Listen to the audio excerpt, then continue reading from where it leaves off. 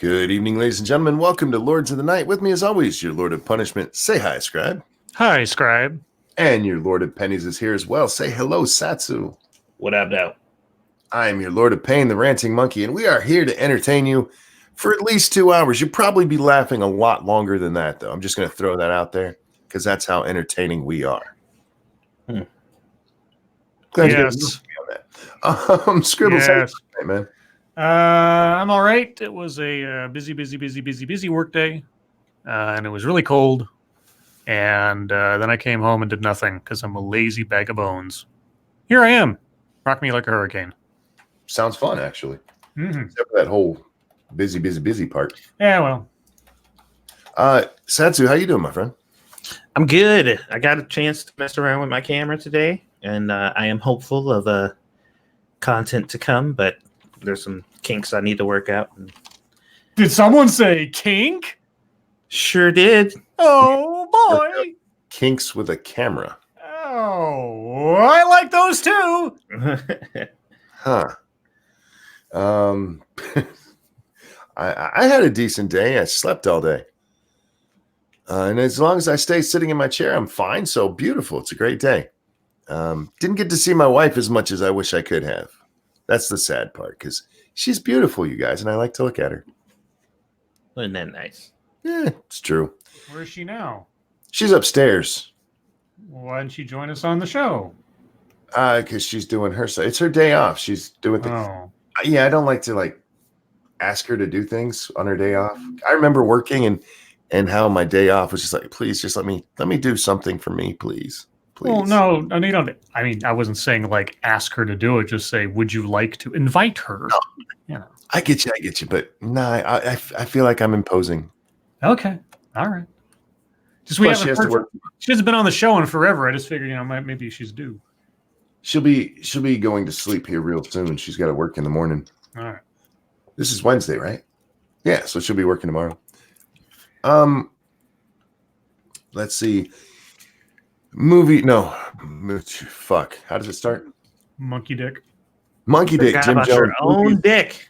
Jesus. I did. Monkey dick. Jim Jones movies, video games. Hit that like button, guys, and share our stuff because I won't remember to do it. That's right. Yeah. Yeah. Do we have anything going on tonight? Look, after the show, I'll probably be playing some more Red Dead Redemption. We finished the main storyline yesterday, but we'll be playing that. You guys got anything going on? Anything we need to tell the audience about? I'll be going to bed after this because I have to work in the morning. Fair enough. Well, just excited about my new camera is all. Good. Alrighty, in that case, I suppose we should see what's going on in the world today. Scribbles, was there news? Nope, nothing happened. Damn, seems nothing at all. Seemed like after yesterday there would be something in the news today. I know. So the top story today is Justin Bieber reveals he's battling Lyme disease. I don't know why that's Is that true? I don't know why that's funny to me, but that is apparently so. Justin Bieber has revealed he was recently diagnosed with Lyme disease, an infection caused by bacteria commonly carried by ticks. Bieber, 25, shared the news in an Instagram post on Wednesday. Quote, while a lot of people kept saying Justin Bieber looks like shit on meth, etc., they failed to realize I've been recently diagnosed with Lyme disease. Not only that, but I had a serious case of chronic mono, which affected my skin, brain function, energy, and overall health, Bieber wrote. Quote, these things will be explained further in a docu-series I'm putting on YouTube shortly. You can learn all that I've been battling and overcoming. It's been a rough couple of years, but getting the right treatment that will help treat this so far incurable disease, and I will be back and better than ever, unquote. All right, so Justin Bieber's diseased. Sounds right. And the ultra fans will be dying to find Lyme disease so they could be just like the Biebs. Yeah, they're going to go out, hang out in the woods. Yep. Give me some ticks. I could just see some fucking dumb chick on TikTok in a bathtub. TikTok! In a bathtub full of limes. Like, is this how I do it? Well, I wish him a speedy recovery because I doubt that's any fun, but Yeah, Yeah, no, when no, I it's read not. that title, I kind of laughed a little bit. I know it's not funny, but just somehow the combination of those words made me laugh. So anyway, I guess there's actual news today. Oh, what happened? Well, the worst briefing I've had. Senate Iran briefing gets heated. Senate Democrats and two key GOP senators slammed a classified briefing Wednesday on the strike that killed Iranian commander Qasem Soleimani, charging that administration officials failed to provide evidence to show the attack was imminent and dismissed the role Congress should play in deciding to take military action. The sharpest of the criticism came from two of President Donald Trump's Senate allies, Republican Senator Mike Lee of Utah and Rand Paul of Kentucky. Lee said after the briefing that it was, quote, the worst briefing I've had on a military issue, unquote, during his 9 years in the Senate. In an interview with CNN's Wolf Blitzer on the Situation Room on Wednesday, Rand Paul said the briefing was, quote, an insult to the Constitution. Quote, in the briefing and in public, this administration has argued the vote to topple Saddam Hussein in 2002 applies to military action in Iraq. That is absurd, Paul told Blitzer. Quote, nobody in their right mind with a straight face with an ounce of honesty can argue when Congress voted to go after Saddam Hussein in 2002 that they authorized military force against an Iranian general 18 years later. There was no specific information given to us of a specific attack. Generality, stuff that you read in the newspaper. I didn't learn anything in the hearing that I hadn't seen in a newspaper already, unquote. Mike Lee called the way the briefing played out un-American and completely unacceptable, given that the administration suggested that Congress didn't have a role in approving Iran military action. He said the administration would not commit to a new authorization for use of military force or cite a reason for coming to Congress before taking military action. Not good. I didn't see the briefing because it was classified, so none of us get to hear what was said in there. But I'm kind of with Rand Paul and Mike Lee on this. And by kind of, I mean a lot. There's a lot of the bombings and drone strikes and all of that stuff that's been going on for the last almost 20 years has been authorized under this stupid Saddam Hussein one, the one they're talking about there, because there were actually two different things. There was the one to go into Afghanistan and then the one to go into Iraq, and they have some vague verbiage in there that I mean, if you take it to its extreme, sure, because it's anybody who's helped the terrorists in any kind of way, and if you stretch it. Here's what should happen. Pull all that shit back. I don't mind a direct threat being dealt with immediately. But what we have, Congress abdicated its responsibility there and screwed everything up instead of just actual declarations of war, which is what they should have done. And they left it open. So yes, it is long past time to close those loopholes. And was it Tim Kaine is put forth a bill to do exactly that? Yeah, I think that'll actually get passed. I don't know. I doubt it, but I would like to see it done. Yeah, it's one of those things. It's like, I don't disagree. The guy has been on a terror watch list forever, since 2007, that he wasn't declared a, valid, target, let's say. But yeah, if they had a secret briefing and nothing in there said we had data, we had intelligence that said this was going to happen on this date, and if we didn't do this now, something would happen. If none of that came up, even implicitly, I'm like, then why? Then I have to ask the same question that was being asked in the days after. Why then? And if it was just convenience or just because you heard he was there or something, I don't know. It sucks that it's coming up at this time because I have no problem with this guy being taken out. Yeah, fundamentally, no, but that's not the point. There's a lot of people in the world that we probably wouldn't mind were not around anymore. But sure, there's more to consider than just the desire to have someone be absent when you're talking about government officials from other sovereign nations, even if you don't like the sovereign nation. Well, sure. Lots of people have asked the question you asked a moment ago, why now? And there is good reason for this. We've been over it. We had the attack 2 Fridays ago, then our response, and then the attack on our embassy, and him being in that region, and him being basically the commander of the folks who fired those rockets into Kirkuk, which killed an American. So there's reason for the timing. There is. I don't necessarily have a problem with taking him out there. I do have a problem if they are trying to use it under the War Powers Act from Saddam or even Afghanistan, because there was talk of using both or either. The president's ability to just do, a targeted strike here, that's not declaring war. All right, I have no problem with that one.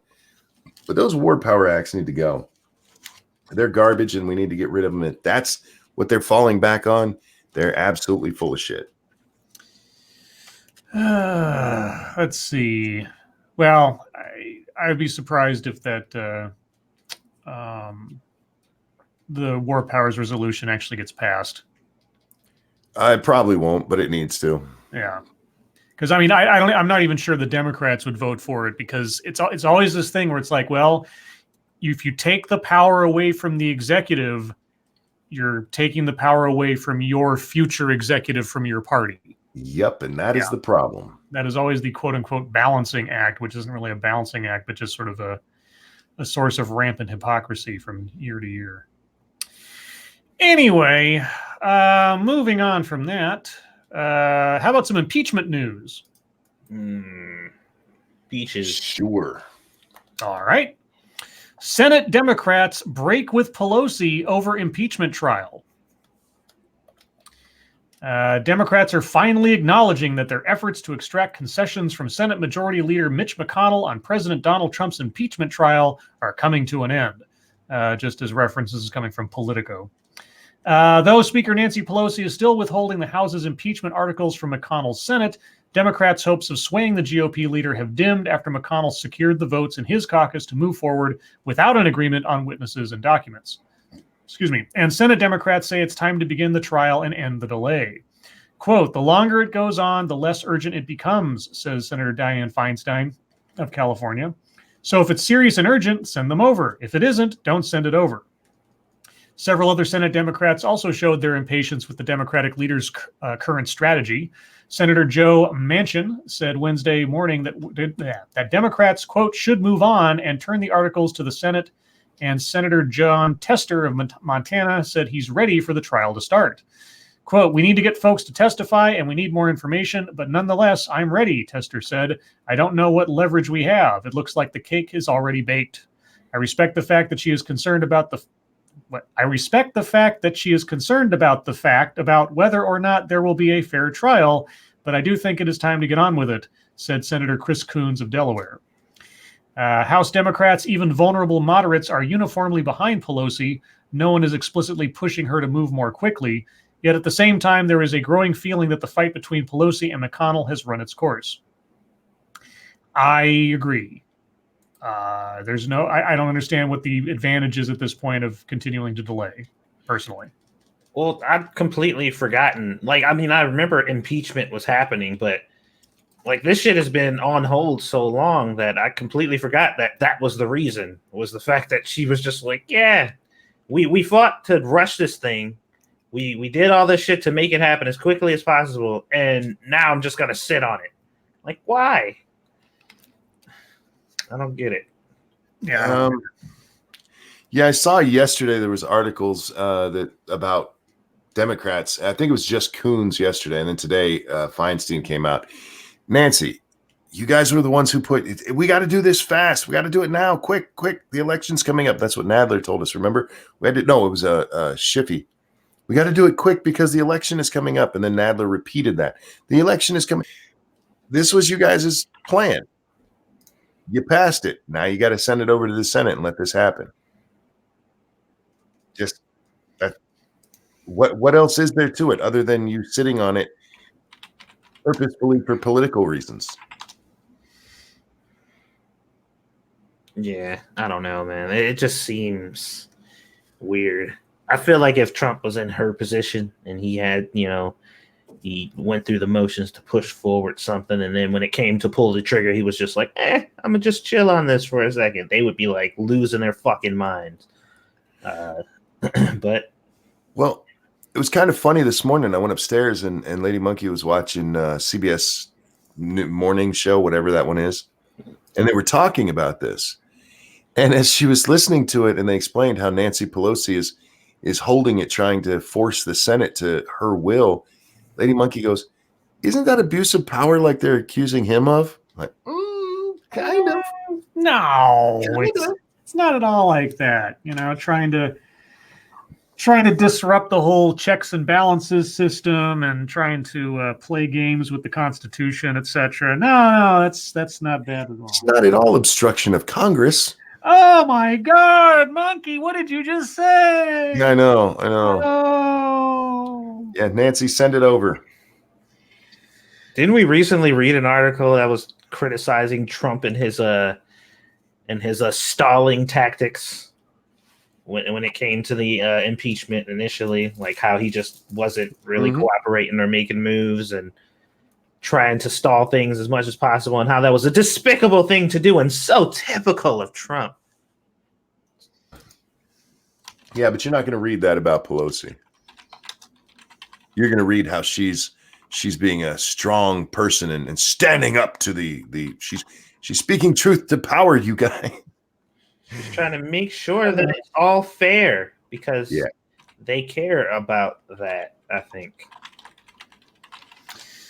Yeah. Well, the hypocrisy rolls back and forth. Of course, now it's overshadowed by the whole Iran thing. So, let's see who's next on this. Hey, do you remember College Humor? Oh yes, it used to be funny. College Humor, sold to longtime executive, lays off nearly all 100 plus staff. Damn. Wow. College Humor's parent company, CH Media. Seems kind of funny that they would. I'm assuming CH stands for College Humor. But anyway, College Humor's parent company, CH Media, laid off the majority of its staff, more than 100 employees in New York City and Los Angeles, in a drastic sale on Wednesday that will likely amount to the end of the comedy website as we know it. Interactive Corp sold CH Media to Sam Reich, the 20-year-old media company's chief creative officer and longtime executive. Holy shit. Long-time executive? Yeah, at 20? Wait. Are you saying that Sam Reich is 20 years old or that the company is 20 years old? Yeah. Because CNN, you just did I shot an elephant in my pajamas sentence right there. Mm-hmm. Okay. Reich also shared news of the sale on Twitter on Wednesday. Quote, "So bad news with a twist. IAC, our parent company, has made the difficult decision to no longer finance us. Today, 100 plus brilliant people lost their jobs, some of whom are my dear, dear friends. Hire them," Reich tweeted. The twist, however, is that IAC has agreed to let me run with the company myself. In words that I'm sure are as surreal to read as they are to type, I will soon become the new majority owner of CH Media, unquote. Terms of the deal were not disclosed. College Humor started in 1999 as a humor website founded by Josh Abramson and Ricky Van Veen as freshmen in college. The site grew to be a leader in online video with original series like Jake and Amir, never heard of it, and viral sketches like How to Tell If You're a Basic Bitch, unquote. All right. I don't think I've ever seen that either. In 2006, Barry Diller's IAC bought the site, which later became CH Media, comprising of 3 brands: College Humor, gaming and entertainment site Dorkly, and comedy and art site Drawfee. I like Dorkly. I've never heard of Drawfee. I think I might have heard of Dorkly. Those are the cartoon video game videos where they do like parodies and shit. Okay.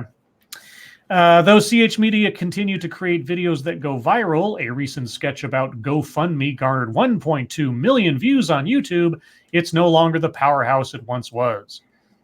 Bloomberg was the first to report the sale Bloomberg was the first to report the sale, period. In October, Bloomberg reported that IAC had been looking to sell CH Media. Reich admitted that CH Media had been unprofitable. Quote, "While we were on the way to becoming profitable, we were nonetheless losing money. and I myself have no money to be able to lose, he tweeted. There you go. A lot of the old internet vanguards are fading away. Fair enough. Yeah. Well, college humor has lost a lot of its humor. Yes. They're not as funny as they once were, unfortunately. Yeah. I think I think it was a college humor. It was it Rocket Fuel? They had some like parody of a energy drink, and they had like 2 or 3 different entries of it's so old. We're talking like early 2000s or something. But Power Thirst, that's what it was called, Power Thirst, and there were the most hilarious little bits ever. I'll find them, or just look up Power Thirst Rocket Edition. That's probably the best one. Anyway, I remember things. My favorite college humor was the Batman one with Bane and I forget the chick's name, but he keeps talking about how she sucked his sweaty balls after being in his costume. Yeah, no, it's Talia or whatever her name is. Yeah. Bad Man. That was the series. Bad Man. There's a link to it in chat if you guys have never seen it. It's fucking amazing. It's funny as shit. Yeah, just like the Rusty, the World's Worst Pokemon Trainer series. I don't think I saw that one. Oh, dude, it is so fucking funny, right? No, when Batman meets Superman, like, and it's like super jerk. Yeah. So look up Power Thirst Rocket Edition. Look up Bad Man. Those ones are still hilarious. And I never heard of Rusty, the worst Pokemon trainer. Man, that shit is so funny. He had his first Pokemon was a Kakuna he named Pikachu. It wasn't College Humor the one that did Captain Planet, played by Don Cheadle? Oh God, I don't know. Or was that Funny or Die? I forget now. Anyway. All right. Moving on. How about sad? Good night, beautiful. I love you. Oh, bye, Lady Monkey. They say bye. Good night. There you go. Oh.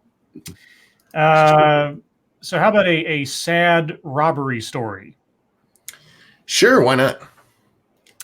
And again, it depends on if you believe. Maybe there's some information in the article. Man who robbed a pharmacy gave clerk a note that said, quote, "I'm sorry, I have a sick child." A man who allegedly robbed a pharmacy in Philadelphia flashed a demand note that said he needed the money for his sick child, police said. In video released by Philadelphia police, the suspect, wearing a gray hoodie and dark gloves, entered a Rite Aid store January 3rd and took an item to the register. The store clerk can be seen scanning the item and putting it in a plastic bag. Then, according to a police statement on the screen... According to a police statement on the screen... Okay, you guys, you really need to work on your punctuation. According to a police statement on the screen before the video was played... Oh, I don't know what the fuck I'm saying now. Never mind. The man handed a note to the employee that read in part, quote, "Give me all the money. I'm sorry, I have a sick child. You have 15 seconds, unquote. Well, what was going to happen after 15 seconds? The note going to blow up or something like Mission Impossible?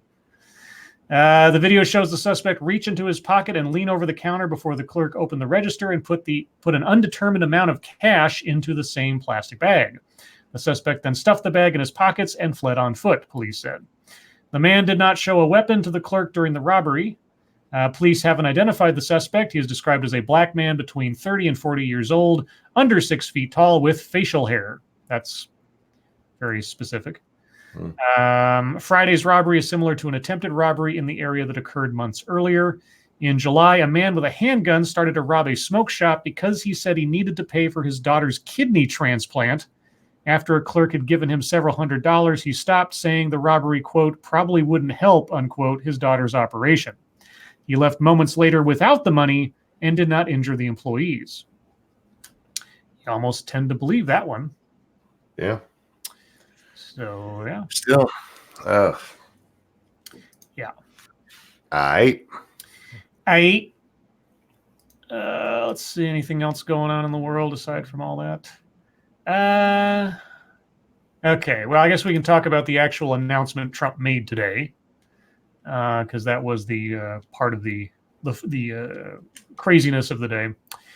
Standing down, how Trump decided that not striking back was his best option on Iran. And I'll admit, when I watched the statement, I was relatively surprised at the metered language used, all things considered. America's top diplomat on Iran was only a few minutes into a speech on Tuesday afternoon when he was handed an urgent note. Brian Hook, the special representative for Iran, was in Los Angeles to talk about U.S. policy toward Iran, but by the time he stepped to the podium, he was already more than an hour late, having spent much of the day on a secure line speaking to U.S. officials in Washington, including his boss, Secretary of State Mike Pompeo. And now he had to go. Quote, the peoples of Iraq and Lebanon and Iran, they want their country back, Hook said, and they are tired of Iran being unable to stay within its own borders. Thank you, unquote. With that, Hook walked briskly off the stage. America's defense apparatus was spinning into action. Minutes earlier, U.S. intelligence satellites had picked up signs of a heat signature from Iran, suggesting the country had just launched short-range ballistic missiles. The U.S. knew an impending attack was likely thanks to a tip from the Iraqi government, which had been told by the Iranians an attack was coming and which bases to avoid. Still, using information from the satellites and U.S. aircraft in the region, which had intercepted Iranian communications, U.S. intelligence analysts quickly determined that two bases in Iraq were the targets, Al-Assad and Erbil. Within minutes, U.S. troops stationed there were warned. They'd already been on high alert and sought safety in bunkers, according to a source familiar, period. Mm-hmm. Not with the matter, mind you, just familiar. They're familiar people. They're familiar.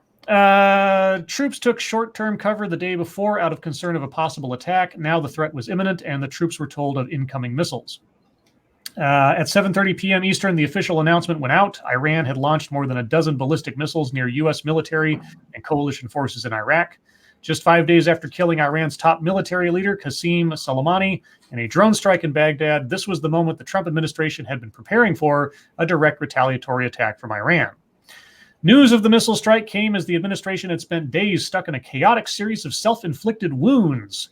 First, Trump had threatened to target Iranian cultural sites. Then there was the shocking letter announcing the withdrawal of U.S. troops from Iraq that the Pentagon had to walk back as a mistake.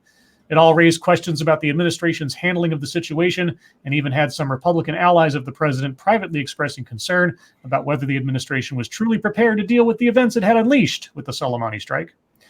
The moment wasn't lost on Trump's top aides, who convened in the basement Situation Room, knowing that the ensuing hours could redeem a chaotic several days or cement the impression of a rudderless ship. On Tuesday evening, aides watched as the situation went from the potential for dramatic conflict to one that seemed to offer Trump a new opportunity to de-escalate. Bolstered by incoming messages from Iran sent through back channels, Trump's aides realized the damage would be limited. Quote, Iran appears to be standing down, which is a good thing for all parties concerned and a very good thing for the world, Trump said on Wednesday morning. And then we have this, I'll credit where credit is due, a very long and detailed recitation of the events that led up to all of this, and it would take me much longer to read than we have time for. So I'm going to put the link in the chat if people want to take a look. But in general, yeah, when the announcement came this morning, I was pleasantly surprised, I guess, by the measured tones, the diplomatic language used, and that the first and foremost thing they were talking about were increased sanctions and not military action. So I was happy for that, if nothing else. Without any deaths, I was not shocked. Trump's hard line seemed to be don't hurt anyone. And despite what I think it was the defense secretary came out today, so I think this was intended to hurt people. I'm like, was it? Mm-hmm. There's a closer base that they could have hit that is just an American base that they flew their missiles over. So for them to be, I mean, it seemed more like a chest beating thing than actually trying to hit anyone. And without them killing anybody, I wasn't sure what Trump was going to do, but sanctions seemed the smartest move. Well, if they wanted to hurt people, they wouldn't have told Iraq ahead of time, because obviously Iraq is going to share that information. There's just no way around it. So, but at the same time, it's like, well, all those people talking about there must be revenge for Soleimani, putting a couple of holes in the ground doesn't really do much. So I'm not quite sure if the Iranian leadership doesn't do something else. I'm wondering if the hardliners aren't going to go around them, if you know what I mean. Mm-hmm. Because I don't think that fulfills their. Well, I mean, if nothing else happens, it makes all the hardliners' rhetoric look absolutely, pointless and weak.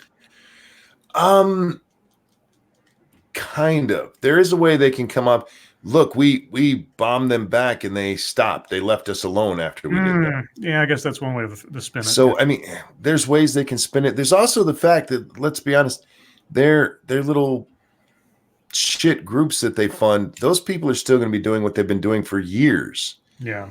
And if Iran themselves had killed some of our people, that would have just been, we'd have fucked them up. I mean, there's no way we couldn't have at that point. So they get to say, hey, we made the U.S. back off. We get to say they didn't hurt anybody. Everybody gets to walk away and claim some kind of victory. I mean, it's the best way it could turn out. I got to go, guys. Sorry, I'll be back as soon as I can. Oh, that's fine. That's fine. It is pretty much the only way it could have turned out without us actually having to beat the shit out of Iran. Which, guys, that brings us to MSS News time. If there's a story you'd like us to take a look at, hit us up at the hashtag MSS News over on the Twitter machine. We can't get to them all, but that's just because I'm reading. Monkey is reading. If you've heard me read before, you know what that means. We have several. Yeah, let's read this one. This one's from Massive Dynamic. There were a couple from him that were good that I wanted that we could get to if we have time. But Twitter will put options to limit replies directly on the compose screen. Did you see this, Satsu? Limit comments? Yes. Okay.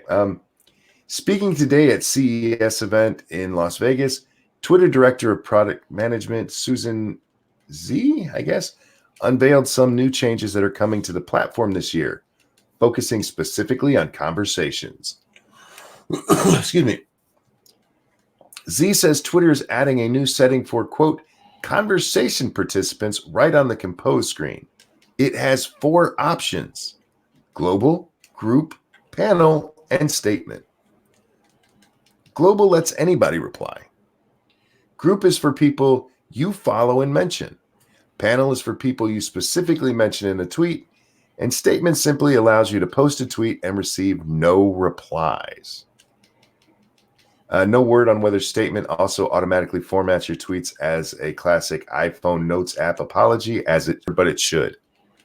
Yeah, so basically what they're doing is they're making it so you can tweet and you can decide who gets to respond to it. Okay.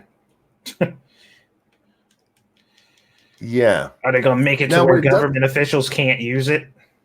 I don't know. Yeah, I'm not sure what's going on with it, but I am curious if this means you're not going to be able to retweet it. Because we can always take screenshots and retweet that, but then look, nobody can answer what you said because your words are too important for anybody to say anything mean to you about it. Sorry about that, guys. I might get called away again. I don't know. We'll wait and see. It's work stuff, unfortunately. Oh, that's fine. Z says that Twitter is in the process of doing research on the future and that, quote, the mock-ups are going to be part of an experiment we're going to run in the first quarter. It will take learnings from that experiment and use them to launch the feature globally later this year. Getting ratioed, getting dunked on, the dynamics that happen that we think aren't as healthy are definitely part of our thinking about this. So yeah, they're specifically putting this in there so you can't get fucked up for the stupid shit you say. Isn't that a bit coddling? A bit? So Twitter, the champion of there should be consequences to your actions are taking away people's ability to hold you accountable. I'm not sure that either side of the equation is going to find this a popular feature. Nope, because there are going to be people people on the victim side feeling like they're being silenced. How are we supposed to hold people accountable if they block us and tell us that we can't call them a bigot? And the other side is just going to be like, but I want to troll them. I'm assuming this does not apply to elected public officials. Me and Scribe are on the same page. We asked the same thing because I was wondering that too. I suppose the government officials won't be allowed to use it because remember, it's all about the public forum, right? So, and then, of course, when it comes down to this kind of granular control, what qualifies as a public forum, or who is not considered a public individual when they've put themselves out there in the public in this way? I just think if you're that fucking pussyfied, don't say anything. Yeah, just stay off of Twitter, period. Yeah. Over on the Streamlabs, thank you so much, Sanguine, who says, so with each of those, it should also limit who can like it. I mean, the like is a response of sources, so only the ones able to reply should be able to like it. Fair enough. But remember, I mean, they'll get just tons of likes for that because they're only going to let an audience that likes what they say see it in the first place. Yes. Yeah. Twitter's new system is a gateway of validating bad ideas. Thank you, Seal, who says pussification of Twitter. Absolutely. And Snubber, thank you. Immunity from ratio. Very telling, Twitter, right? Yeah. Twitter will be a safe space, everyone. Just you wait. I can't wait for it to be safe. Mm-hmm. I feel like I won't be using Twitter as much anymore, guys. Again, though, it doesn't say anything about being able to quote tweet them, so that'll be interesting. And again, and also if you can't quote tweet, you can at least point it out and have it in a screenshot. So we'll see what happens. I think this is going to make Twitter kind of boring. Oh well. Wow. They're going to ruin my Twitter, man. I go to Twitter for this kind of shit. How dare they? Frosted, you sent me a couple of them that I want to read. All right, we'll go with this one. Frosted Glass, thank you for this submission. YouTube's celebrity culture and community dynamics play a role in the amplification of far-right content. That's the subheading to this title. All of YouTube, not just the algorithm, is a far-right propaganda machine. Just far-right. Any propaganda any other group has ever put out, no, it's not a machine for those. Just specifically the one we don't like. That's the one it's created for. All of YouTube. All of it. In recent years, the media has sounded a constant drumbeat about YouTube. Its recommendation algorithm is radicalizing people. You know what's funny about this article? Mm-hmm. It comes just a week or two after that article we read where it's like, yeah, this isn't happening. Mm-hmm. But this chick, she got something to say. This is Becca Lewis. Becca Lewis over at is this a Medium? Oh, yeah, it's Medium. Oh, Medium. First articulated by Zainab Tafeki in a short piece. I don't know how you say it. I'll throw that name into chat. You guys tell me how close I got to saying this, because that's a fucking weird one. Even by my standards, that's a fucking weird one. In a short piece for the New York Times and later corroborated by the ex-Google employee Guillaume Chaslot, the theory goes something as follows.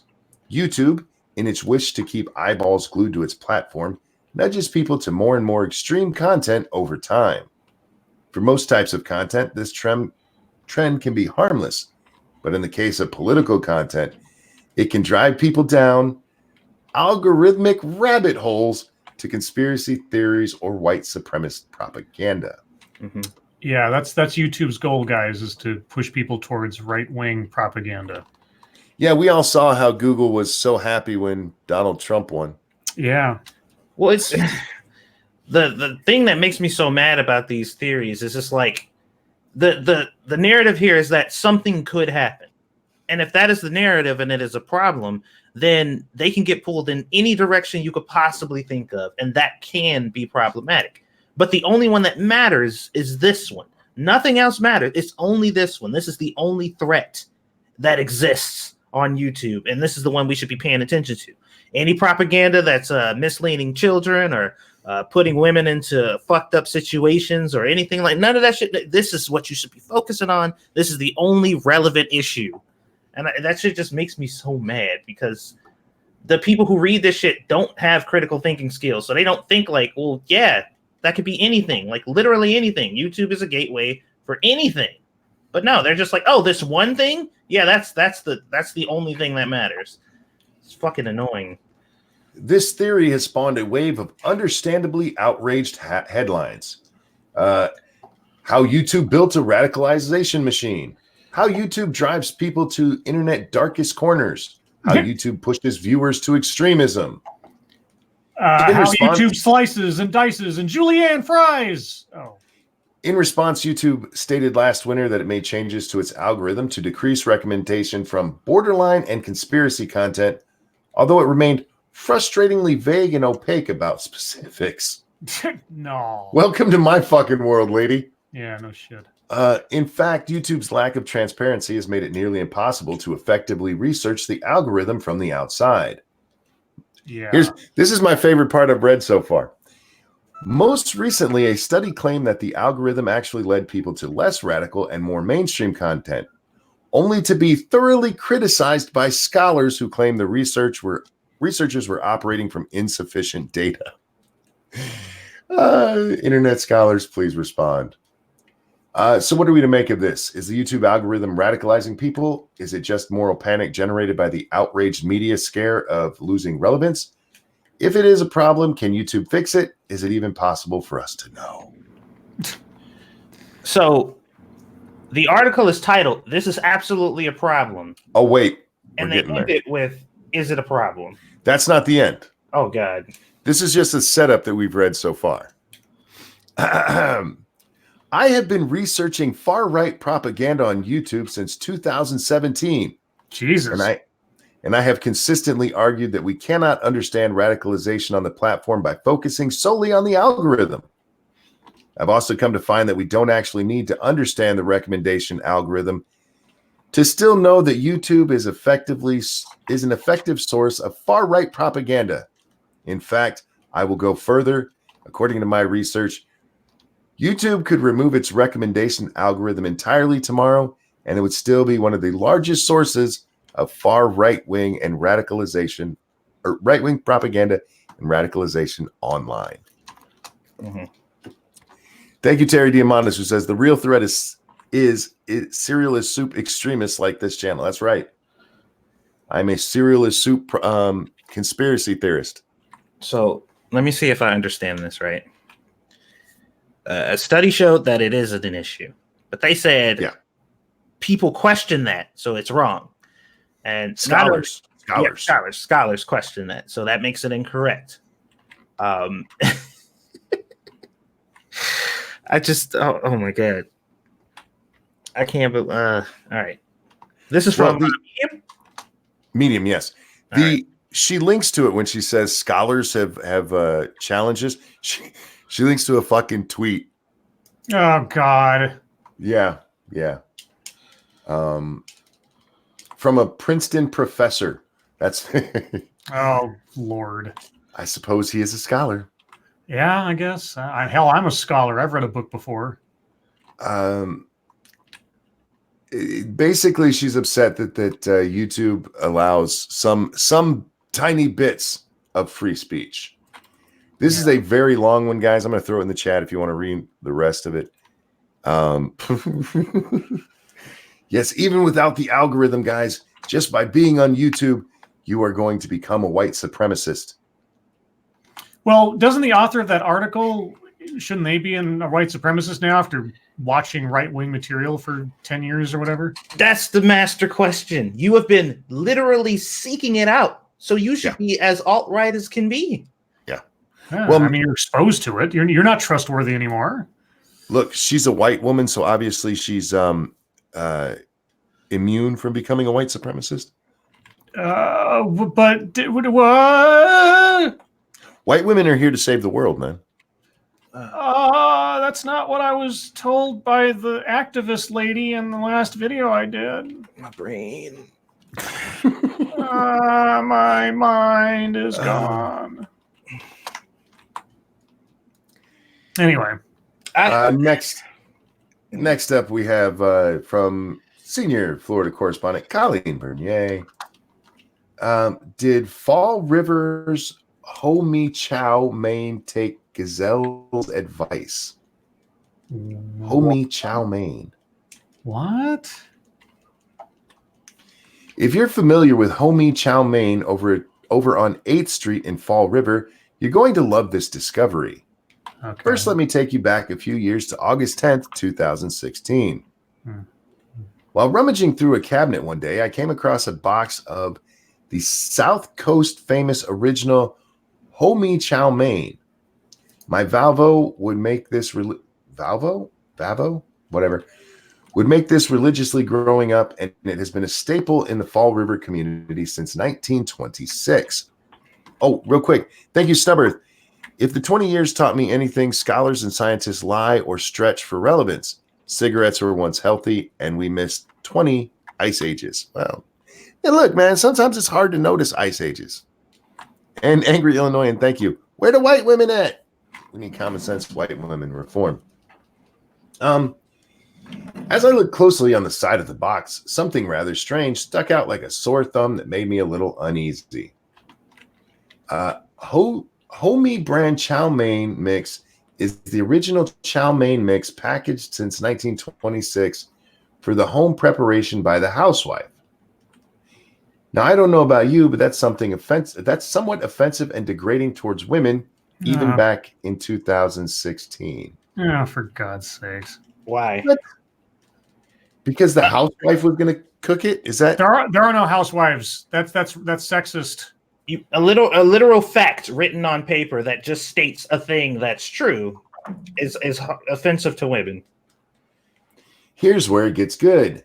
Sometime between 2016 and 2020, the packaging for homemade chow mein was changed, no longer displaying the word housewife anywhere. Oh, well, good. That's better now, isn't it?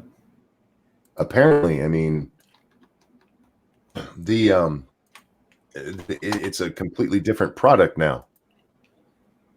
I'm not one to jump to conclusions or make assumptions. Sure. But I'm somewhat confident that I influenced this company to change the wording on the side of its packaging. Oh, God. If I did convince the company to make the change to its outdated and, let's face it, sexist messaging on these Chinese noodles of pure joy, my message back to them is simply, good job, you made the right choice. After all, other people besides housewives want to enjoy your chow mein. You know, when she said, I'm not one to jump to conclusions, I pictured somebody with goggles on a plane with a parachute on. I'm just like, this bitch about to jump to conclusions. That's they didn't say nobody else could enjoy it. They literally didn't. Who the fuck you think she cooking it for? Jacqueline in chat is absolutely right. Ain't no rest for the triggered. This is somebody who's looking for it. Yeah. I have to find where I can be upset today. Oh, for fuck's sake. This one comes to us from Shrouded Angel. Load up here. Boyfriend jailed after forcing ex to pay him 300 pounds a month in revenge porn threat. Okay. A man forced his ex to pay him 300 pounds per month after their split to stop him leaking intimate photos of her online. Louis Tedford demanded the money after Christy Niels told him she had enough of his abuse, which including bombarding her with insults, assaulting her, and trying to force her to kill herself. This guy sounds like a fucking treat. Doesn't he, though? Yesterday, Tedford was jailed for the abuse at Paisley. God damn it, it's jumping all over. Sorry, guys. Ads. This is on the Mirror, and I don't know if you've been over there a lot, Scribe. Yes. Sometimes the story will jump as you're trying to read the damn thing as an ad loads in the middle of it. Yep. Sorry, guys. Yesterday, Tedford was jailed for the abuse at Paisley Sheriff Court. Today, Miss Nealis branded him a rat and said she was delighted he had been put behind bars. Prosecutor Fiscal Deputy Susan Barr, God damn it, told the court that Tedford, 22, abused Nealis, 21, repeatedly through the course of their 2-year relationship. He continued the abuse after she split from him and left the flat that they shared in Paisley. The prosecutor explained they lived together for 18 months. In early February 2017, following an argument, Miss Nealis began to pack her belongings and asked the accused if she could get some of her documents from the bedside table. She was told by Mr. Tedford she couldn't have them, so she contacted the non-emergency police Scotland number for advice, later telling the call handler she did not need to see the police as the accused was gesturing for her to end the call. Oh. On ending the call, Mr. Tedford crouched down next to Miss Nealis, who was sitting on the floor, and shouted, "Why the fuck are you phoning the police?" and threatened to punch her if she brought the police to his door. Well, you should have brought the police, because he was only going to punch you once they got to the door, and then they'd have seen it and you'd be fine. She left him and went to her mother's home. He persuaded her to go back, and she returned later the same day. Of course she did. A few days later, Tedford, they just kept going on, and apparently after they broke up,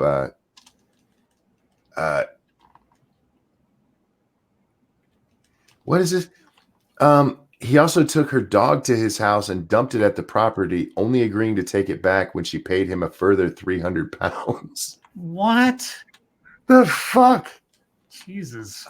Yeah, she was paying him £300, not just for the sexting thing, but just to leave her alone in general. And look, ladies, he's not going to be in jail that long. You can have him for yourself here not too long from now. Cryptic, thank you. I hear Chinese food. Who am I delivering to? Oh. Time we got. Okay, we got time for more.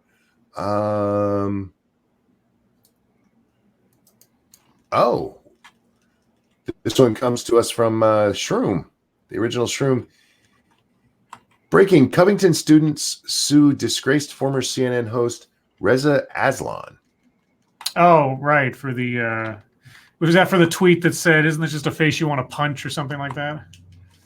Have you ever seen a more punchable face than this kid? Right. Yeah, that's what it was. The revenge of Covington high school students continues. Just one day after CNN came to a settlement in their defamation suit with Nick Sandman. Lawyer Robert Barnes announced he was suing Reza Aslan. Am I saying it right? It's Reza Aslan, as far as I know. Reza Aslan, thank you. The disgraced former CNN host for a minimum of $135,000 in damages. So over the tweet, have you seen a more punchable face than this kid's? The tweet was widely criticized by people from all over the political spectrum for being an inappropriate incitement to violence and for improperly suggesting that Sandman and his classmates had been harassing an elderly Native man. People all over the spectrum was mad at that? I don't think so. That's definitely not true. I think we know where those people were coming from. Come on. Yeah, don't pull that bullshit. There were a ton of people who were like, "What's wrong with that?" Yeah, there was tons of fucking people agreeing. Like, somebody needs to fuck that kid up. If you look in the comments, that was most of the comments when it first got posted. Well, here's this. This story was posted today. I want you to listen to this sentence. Oh, boy. Aslan deleted his tweet earlier today. Yep. It had been up all this time since, February of last year. The post-millennial reached out to Barnes, who said that Aslan may be facing a serious six-figure verdict, which could have been even worse had he not deleted the tweet when he did. There you go. Well, fuck that guy. He's talking about beating up children. Look, even with Greta, I want her to, go away, go get some education and stuff, but I'd never wish violence on her. She's a child, for fuck's sake. Not that it's okay to wish violence on adults, but I'm not above that. I may have done that once or twice in my lifetime. What is this? This comes to us. Oh, it's just a tweet that Becca sent This design depicts a Samoan fruit bat mother hanging in a twee.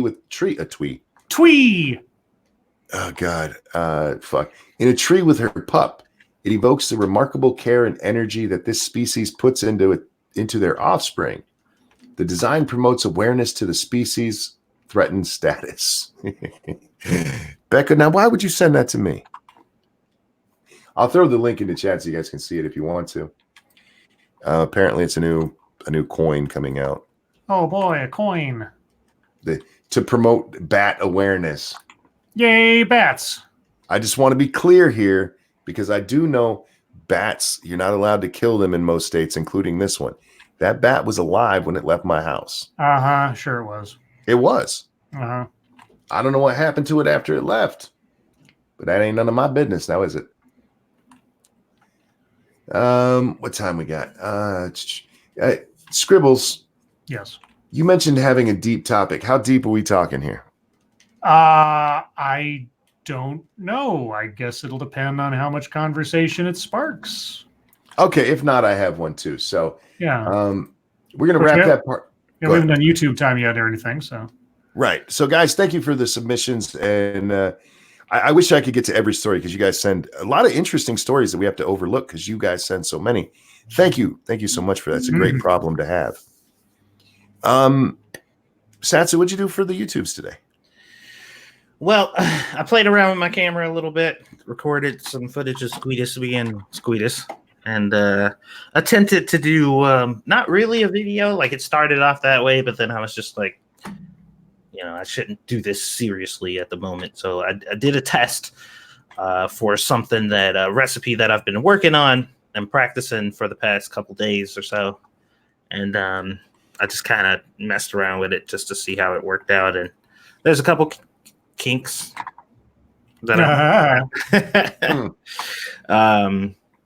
and once I get that all set and done, the videos will start flowing again, guys. I'm excited because I can already see the quality difference, which is awesome. So I hope you guys like what I end up coming up with. Alrighty, and Scribbles, what'd you work on? Well, I may have found a subject to work on. It is, surprise, surprise, a TEDx talk. It starts out with the lady saying something to the effect of, this percentage of Americans believe that race relations in America have deteriorated over the last several years. And then she says, a picture in your head might be forming of who might be most to blame for that. And in my own mind, I pictured editing this video together and cutting to a picture of Barack Obama and then cutting back to the speaker. I didn't get too deep into the video, but that's that caught my brain. Other than that, I'm trying to think, but nothing happens.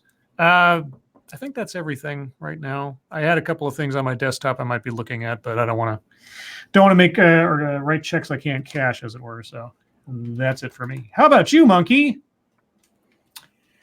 I finished the main story of Red Dead last night on my game stream. God, I fucking love that game. It doesn't mean it's over because there's an epilogue to that game, and I'll be doing that after. I'll be jumping into that after this this very show over on Ranting Monkey Games. If you're not subscribed, go subscribe. It's a great time. I'm funny, goddammit. And I only sing about my dick sometimes. I've been told that singing about my dick is not necessarily a selling point. I think it is, but apparently I gotta walk that back a little bit. So I don't always sing about my dick, guys. It's a very small portion of the show if I do it. Your dick is a small portion of the show, huh? Tell me more. But yeah, we're getting into the epilogue tonight, and that's going to be a lot of fun. There's still a whole bunch of the main game that I missed just because I was on episode 21, you guys. 21, and most of the episodes are at least 2 hours long. One's like 4 hours. There's one that's like an hour. But that's a long fucking game, apparently. What else? I did a monkey in the morning this morning. Polly, is Polly around? Polly, where the hell are you? Polly had a video, and I didn't like it or save it or anything. But it's one maybe for you, Scribbles, that you might enjoy, or at least abuse yourself with either a live stream or a video on. Okay. It's from Evergreen State. God damn it. Okay. Evergreen You know what I'm State. trying to say. Yes. Evergreen State. Okay. And it's this chick who comes up and she announces, her pronouns and everything, Mhm. and then apologizes for being on stolen land. Oh, yep. That is the standard procedure now. Yep. Oh God, it was horrible. It was fucking horrible. But I don't remember the name of it. I'll find out for you and get it to you. All right. What else? No Satsumi gaming tonight, obviously, because I'll be gaming on my own. I'm going solo, you guys. Thank you for coming with me. No, it wasn't Brett Weinstein or home of Brett Weinstein. It's somebody else. He's a graduate from there. And fuck, I wish I could remember his name. You guys know me though. Yes, it's called a land acknowledgement. I had never heard of this before, or if I had, I'd put it out of my memory. That is some stupid shit. That is some really stupid shit. You forgot this? Yeah. Oh, I see it. I mean, it's almost standard procedure now in many presentations, even ones that aren't necessarily geared towards social justice stuff. But somebody gets up on the podium and says, and before I begin, I just want to acknowledge that the land we stand on has been stolen or has been taken from others or belongs to, or whatever, some apologetic statement that all should feel guilty for being where they're at. Yeah. Anyway, do these people realize they should give that disclaimer literally almost everywhere they go? Because well, not only that, but I mean, you would, and this goes back to the whole sort of contradictory statements of white privilege. It's like, well, if you actually believe that you possess white privilege, if you believe that every achievement you possess or anything else is actually not exactly legitimate, you should be the last person standing on that stage, correct? Right. And if you really believe that you're standing on stolen land, that you are contributing to a legacy of colonialism and conquest, et cetera, you shouldn't live here anymore, right? Why would you want to continue to do that? So anyway. I found it. I did apparently watch it for just half a second. The guy who did he did a video on it. His name is Benjamin Boyce. Oh yes, Benjamin Boyce. Yeah, no, he's like the chronicler of all things Evergreen State College with the whole takeover a couple of years ago. Yeah, they had a women of color legislators panel, and they spelled women WOMXN. Oh yes, that's right. Apparently, their tiny girl brains can't remember how to spell.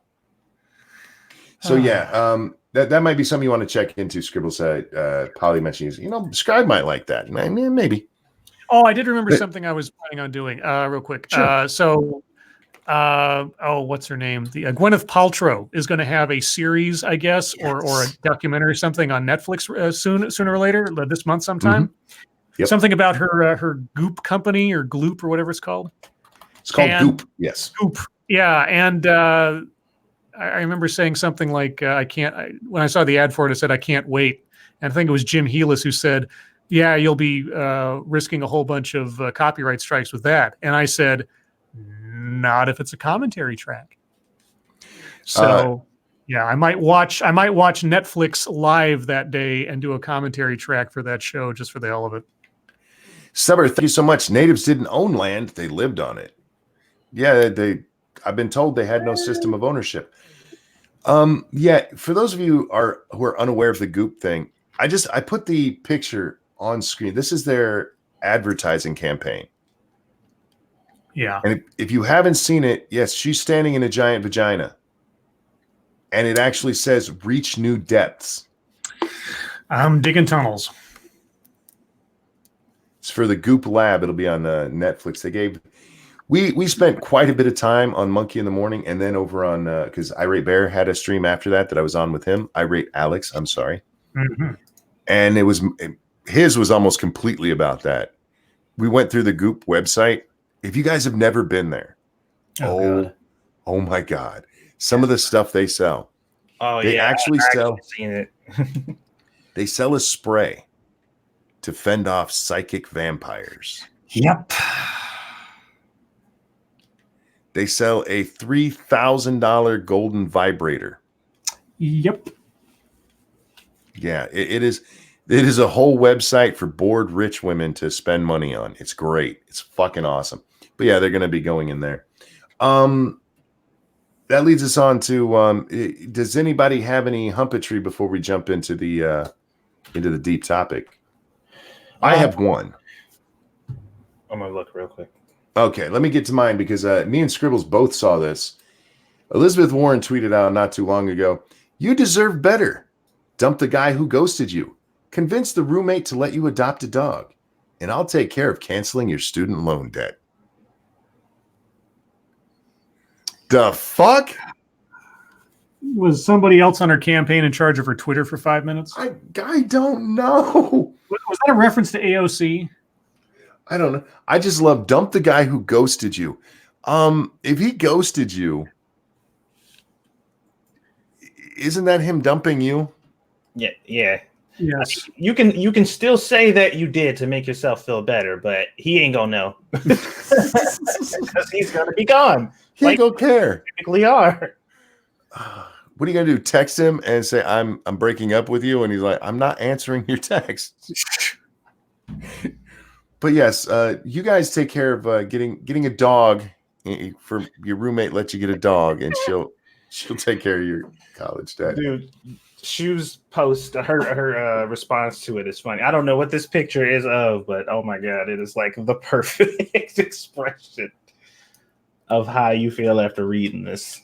Oh yeah, I'll toss that on the screen. I just saw it. This is this is how Stu responded.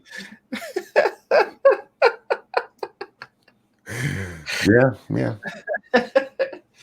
That is I'm like, is she talking about people being ghosted on the campaign trail? The fuck are you talking about? Anyway, did you find anything, Satsu? So there was a conversation going on about people getting upset with the developers because the reasoning behind why they don't put diversity or whatever in their games are just not acceptable, right? Yeah. And a conversation came out asking why the fuck should they have to give you an explanation on why they didn't put whatever it is you're asking them to put in their game. Like what reasoning do they have to give you that explanation for? Because I was asking, they were talking about what's that game now? It's been out for a while, but there was a game that came out where they don't have women in there because they're like, we don't feel like women could handle the pressures of war or some shit like that. And people got real upset with that answer, for obvious reasons. And people are like, that's fucking ridiculous. That's not a valid excuse. I'm like, it's their fucking creation. Whatever excuse they decide or whatever reason they decided to do whatever they did, whatever creative direction they decided to take their project, they don't need a reason or an excuse for you. They don't have to explain that to you. Like if you draw a fucking doodle on a napkin, like you don't need to explain to everybody in the room why you did it and why it's not a female doodle. How come it doesn't have like you don't have to do that? Why should they have to explain anything to you? I don't get that this mindset at all. Like, go ahead. That's fair, yeah. Yeah, and I told him, like, you are entitled to feel however you want to feel about it. Whatever they put out, you can criticize it, you can talk about it, you can make fun of it, you can hate it, you can support it, you can do anything you want. But he don't owe you an explanation. They don't owe you an explanation on why their vision is not yours. Real quick, over on the Streamlabs in regards to Elizabeth Warren, Sanguine says, so she wants to be the sugar mama third in your newly formed lesbian life pairing of cat ladies? Yeah, she kind of does. But remember, you're getting dogs. No, I'm with you. And you know what, though, Satsu? It goes the other way. As I've been playing Red Dead again, do you remember them bitching about there being too many black folk? Yeah. And too many black folks in, what was it, Far Cry? Uh-huh. Like, make up your mind, people. You just want to bitch about bitching.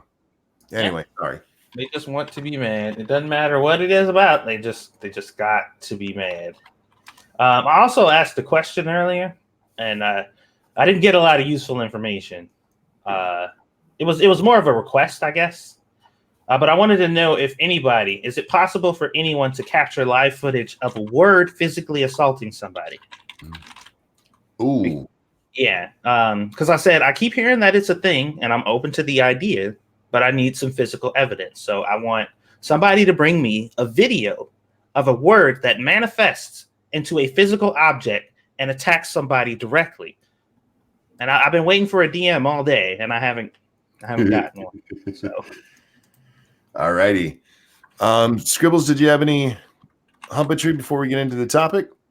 Well, my topic it doesn't come from humpetry per se, but it comes from Twitter stuff. So not really. Then take it away, sir. Okay, well, so this comes from, I have to read a little bit of the email chain because it leads into, or not email chain, Twitter chain, because this leads into it. But after Trump's announcement this morning, I tweeted out this. I said, well, I'll take the absence of a declaration of war as a positive step. And then Quippers United, who is Jack Gunsky, says, and just as a thing, and this is not a criticism of Jack Gunsky, I'm just reading the conversation as it went. Scribe, I'm sorry to break this to you, but you've said America was at war several times within the past couple of years. I don't blame you for wanting to avoid war, but you're a bit of a quick shot at calling these things. And I responded, I've said America was at war, or have I wondered whether we're about to start a war or be pulled into one? These things can go either way depending on who's at the helm on either side of the equation. But it's true, when it comes to the threat of war, I can get emotional. And he said, if the phrasing you've used didn't say America was at war explicitly, it's gotten pretty damn close. I also didn't accuse you of being emotional. I accused you of being wrong. And I said, no, I confessed to being emotional. I've been fortunate not to see family go off to war, but I've had friends do so, had friends who saw family do so. When things like this happen, when the possibilities for others mount in my mind, I get twitchy and worried. And then this was the comment, the response that brings me to my deep topic. I'm very sorry to hear that, and I do sympathize. But also remember that you are effectively a political commentator, and you should separate your personal feelings from your analysis. Otherwise, you are contributing to a panic on false grounds.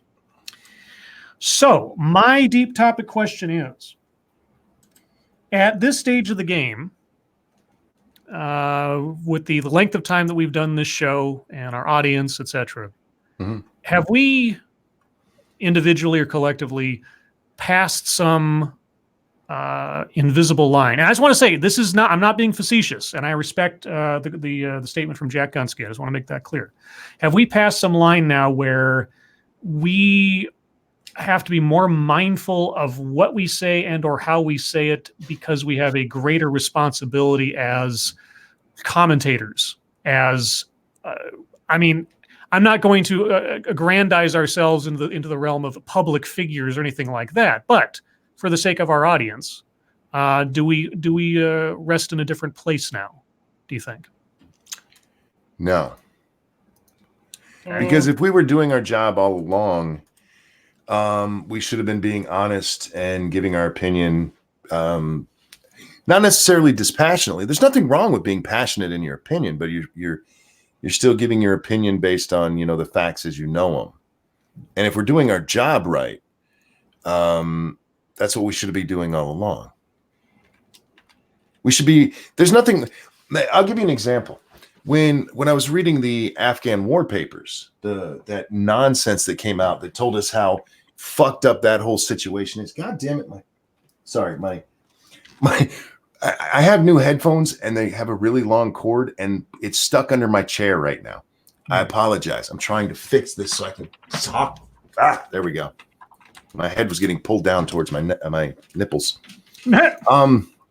When I talked about those, I told the story. I have a friend who died in Afghanistan. He went over there when his wife was pregnant, so he never got to meet his little girl, who turned out to look just like him. And when I found out about his death, it fucking destroyed me, man. And reading that they're over there for no goddamn reason at all, none that anybody can give, that fucking pissed me off. Now, me being passionate about that doesn't mean I still can't be objective about what was there. If those papers had come out and said, look, we actually have this objective and we all know what we're doing and we're trying to get there, that would be different. I would still hate the fact that my friend died there. But that doesn't mean I couldn't say, okay, yeah, I mean, I see what we're doing there. There's just no reason for us to be there. And you know what? His death probably made me more passionate about it than if that wasn't the case. You know what I mean? Mm-hmm. It stoked the fire of hatred from what I fucking read in those things. So no, our responsibility is to be honest to ourselves. And as long as we're doing that, I say we're doing our job. And with that, I'll shut up and let you guys talk. Yeah, that last part pretty much sums up my thoughts on the matter. As long as we're being true to ourselves and we're not like actively pushing conspiracy theories or not giving all the information due to, you know, either outrage or being reactionary, then I don't think that there's a problem. I don't feel that sense of responsibility because I don't think that highly of myself in regards to our position as you know, creators on YouTube. Like I've never really thought about us like that, I guess. Not to say that we don't bring something to the table, but that's it though. We're just bringing something to the table. There just happens to be other people watching. Yeah, I thought about this a lot as I was walking home today, and part of, I mean, not that I feel I have to defend myself, but to at least explain where I'm coming from. In this instance, where I have been, you know, when we have a military strike or something crazy goes on, and I, you know, postulate on here, is this going to take us? Are we in a war now? Hey, you guys want to talk about war or something? I'm not doing so in a effort to fearmonger. Now, I'm not getting anything out of it. It's more like a reluctant, cynical, disappointed, worried sort of way of looking at it, you know.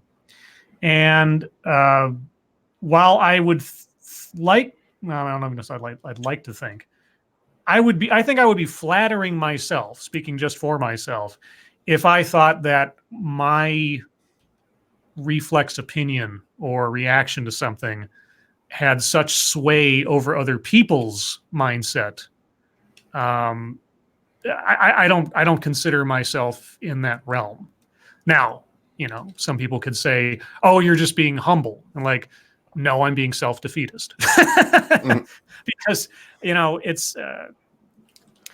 But I will admit that a couple of times now I have been called out on Twitter or other places for saying something very much off the cuff, where on reflection, I didn't meet my own sort of lofty standards of wait until you get all the information or maintain an objective stance as much as you can kind of thing. Mm-hmm. I don't think I'm under any sort of like legal/moral obligation to always do so.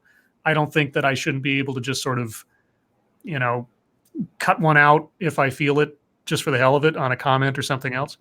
And God knows I say things on reflex that aren't in any way substantive, irate bear. But yeah, I don't know. I think it would be, I think I would be aggrandizing myself. And again, I'm just talking for myself. I don't want to talk for Monkey or Satsu. Aggrandizing myself to think that my one-off opinion or my personal fear or worry over something is going to spark that in others to such a degree that I should watch what I say, if that makes any sense. And I don't, and I'm again, and conversely, I don't want to speak for Jack Gunsky as to what he meant to be saying to me in that one comment. I mean, he can clarify if he likes, but that's how I interpreted it. Well, I don't know. I thought the human element that our show brings was what people were drawn. I mean, it's what I was drawn to. Like when I first got introduced to you guys and what you did, and the first time I came on a stream or whatever, I was kind of drawn to the fact that it felt like just people were talking. You know what I mean? And that's what conversation. Yeah, that's what really drew me to it. And I think the important part to it, like the key element in my mind, is the fact that it's not unchallenged. Like, we're not just a radio show that people can listen to. Like, there's a literal section dedicated to people questioning our bullshit. And sometimes it happens, sometimes it doesn't. Sometimes we're on the same page and sometimes we're not. But like, if you disagree, or you feel like, like Jack did, he did it on Twitter, but he could have easily done it here in the chat, and people have. So I think that's an important element to remember too, is like, it's not just unchallenged opinions here. Like, everybody in the chat has an opportunity to participate and comment on some shit, especially if they think we're being, whatever it is they feel like we're being. So. Well, and you also have to understand that we can be wrong too. Yeah. Oh yeah. We've all been wrong and had to, we apologize for, I was wrong about that. But you can be wrong about facts when we're giving our opinion based on the facts. You know what, guys? A lot of times we're going to disagree. Like Satsu's talking about here. You're going to disagree. I can't count the number of times somebody's told me that I'm an asshole, that I'm wrong. That's fine. It's okay. But this show itself, I really do. Like, at the beginning of this one, I'm here to entertain you for 2 hours. That's my job. My job is to entertain you, talking about news and culture and whatever the hell else we run across that comes up on the show, giving you our opinions on that stuff. Right. And we talk it out and have laughs. And that's what my job is. And I don't feel some heightened sense of obligation to be correct in some manner. I mean, I always want to be right. I don't want to be talking shit, of course. Mm-hmm. But for me, it's much more about making you laugh than whether or not you agree with my opinion. I hope you don't always agree with my opinion. If you do, see a doctor. There's something wrong with you.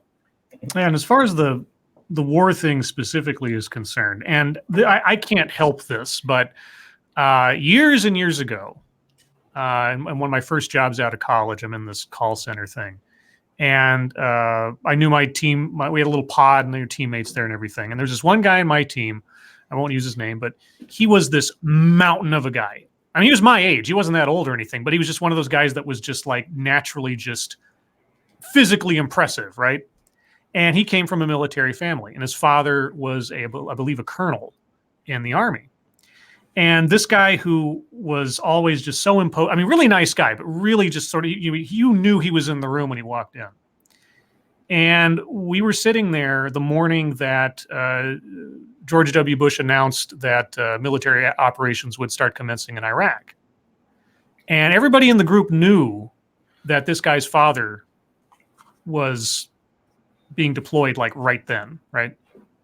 And I watched this guy who was just so, physically powerful, and he was weeping because of his fear over his father.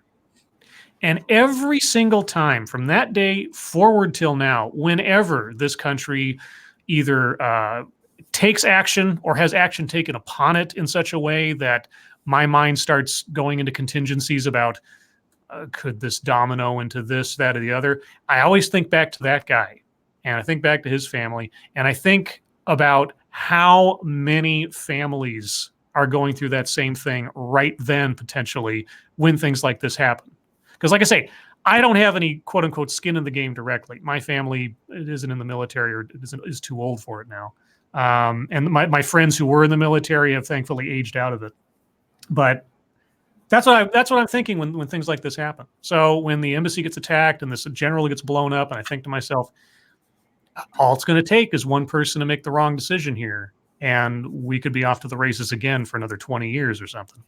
Mm-hmm. And that's why I reacted the way that I did. Now, I'm not apologizing for it. That's just me. I worry about that kind of stuff when it happens because it affected me either directly or indirectly ever since we started this whole adventure in the Middle East in the early 2000s. And I'm wrong. You're right. I was wrong. We didn't go to war. Thank goodness. I'm glad. I'm not upset that we didn't go to war. And I don't mean to stoke other people's fears unduly. That's not my intention. But But yeah, do I feel more of an obligation because of what we do here? I think I have an obligation to allow for the possibility that I could be wrong. And if people discover that I'm wrong or correct me on something, be adult enough to accept it. I think that's about as much as I can provide. Here's the thing about what you said. All of the people on Twitter who are yelling World War III, not a chance. Not a fucking chance. Mm-hmm. The possibility of us going to war with Iran, that was a real possibility. Yes. And for the record, guys, it still is. Mm-hmm. If the Iranians had not, see, I'm telling you, they fucking warned us long in advance. There's been various reports of that, but they did not want to kill anybody. I'm convinced of that. If they had killed somebody, Trump would have sent missiles in there. Cruise missiles would have been landing in Iran. I'm glad it worked out the way it did. I don't think Iran really wanted to go to war with us because despite what the press tells you, their army is like nothing compared to ours. But it's just another long ass war to be like, well, okay, what are we here for? The idea that we could have gone to war is absolutely true.